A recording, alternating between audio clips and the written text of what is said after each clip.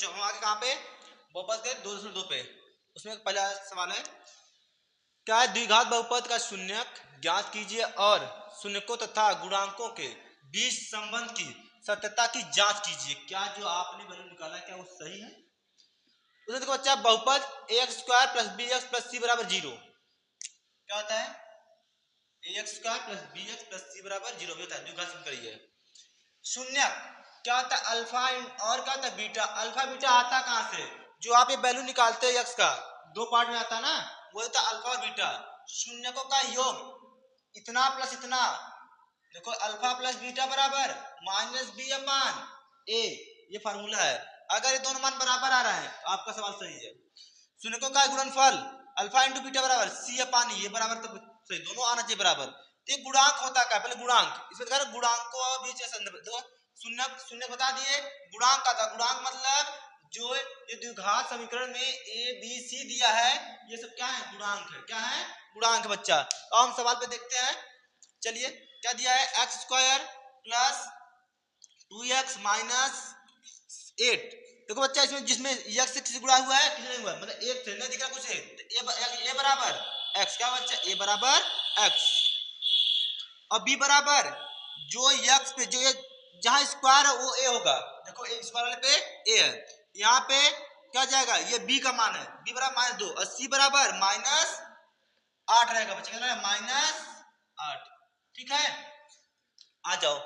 और अब देखो हम गुणनखंड विधि किसी करेंगे, गुणनखंड विधि से हम गुणनखंड विधि का प्रयोग करेंगे तो क्या जाएगा? यहाँ पे 8, तो ब्रेक करने का तरीका होता है बच्चा, पहले यहाँ पे कुछ नहीं मतलब 1 है, 8 × 8, ये क्या है? -2। देखो अगर नहीं समझ में आता तब के लिए है कि 8 × 8, यहाँ पे -2, अगर हम कहें 4 दूनी 8 -4 हो गया। ठीक है, फिर -4 + 2, सही है। ये ऐसे भी लिख सकते हैं, कैसे? 2 × 4, तो देखो मान लगा 4 दूनी 8 -8 आ गया, 2 - 4 तभी -2 आ जाएगा। जैसे आप उसे लिख सकते हो, चाहे ऐसे चाहे ऐसे, तो क्या जाएगा? x²,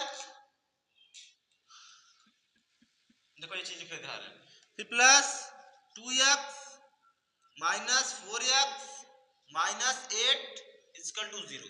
ठीक बच्चा, इसका आंसर 0 है। ठीक है, देखो क्या जाए, इसमें x कॉमन है, x कॉमन क्या बचा? x + 2, यहाँ -4, तो -4 कॉमन ले तो क्या बचेगा? केवल x बचेगा और 4 से भाग दो, माइनस कॉमन माइनस प्लस हो गया, प्लस 4 दूनी 8 = 0।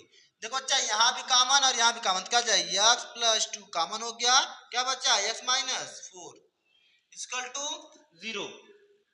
ठीक बच्चा, हमने कहा ये जो दोनों मान आएंगे x के दोनों मान आएंगे, पहला अल्फा दूसरा बीटा, पहला अल्फा दूसरा बीटा। ठीक बच्चा, यहाँ देखो x + 2 = 0, दूसरा क्या जाएगा? x - 4 = 0, तो x बराबर इधर भी क्या जाएगा? माइनस में 2 और x बराबर माइनस क्या जाएगा? प्लस में 4 हो जाएगा। ठीक बच्चा, अल्फा बीटा मान आ गए, कितना? -2 हो गया अल्फा और +4 हो गया बीटा। ठीक बच्चा, ध्यान देख लो। अब कह रहा शून्यकों का योग, शून्यकों का योग, तो क्या सूत्र का बच्चा? अल्फा प्लस बीटा बराबर -b/a, अल्फा प्लस बीटा बराबर -b/a। ठीक बाबू, तो अल्फा का मान कितना आया है हमारा? ये हो गया, पहला अल्फा हो गया, दूसरा क्या हो गया? बीटा, ये बीटा ये अल्फा, तो क्या रखेंगे? -2 और +4 = ये माइनस का माइनस, b का मान कितना है? -2 अब बटे a का मान कितना है? 1। क्या जाएगा बाबू? देखो 2 + 2, 4 में से -2 करोगे क्या है? +2 आएगा, -+2, 2 = 2। ये गुणांक तो देखो सॉरी योग जो है शून्यकों का योग बराबर आ गया। अब गुणांक देख लेते हैं, कौन सा? Alpha × beta = c/a।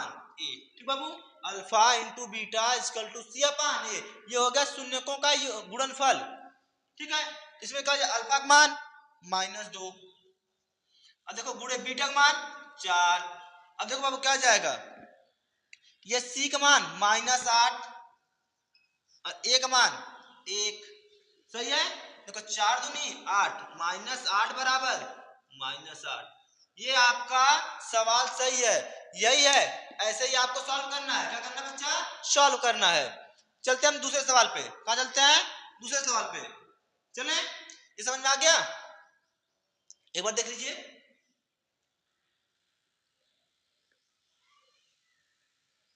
चलो बच्चा दूसरे सवाल पे चलते हैं। दूसरा सवाल क्या है बच्चा? दूसरा सवाल हम देखो पहले लगा देते हैं। दूसरा देखो, दूसरा वाले में क्या है? 4x² minus 4x plus 1। इसमें बच्चा देखो a बराबर 4, a बराबर 4, b बराबर -4 और c बराबर +1। ठीक बच्चा, हम क्या निकालेंगे? पहले अल्फा और बीटा, अल्फा और बीटा। तो देखो बच्चा क्या जाए, 4 का 4, यहाँ पे -4। कहानी तो यहाँ शुरू हो गई भैया कि 4 आए कैसे? 4 आए कैसे? कर दे कैसे? देखो 2 गुणे 2, 2 दूनी 4, -2 -2 क्या जाएगा? +4, फिर -2 और -2 क्या जाएगा? +4। देखो क्या जाए बच्चा, 4x² minus 2x minus 2x plus 1 equal to 0।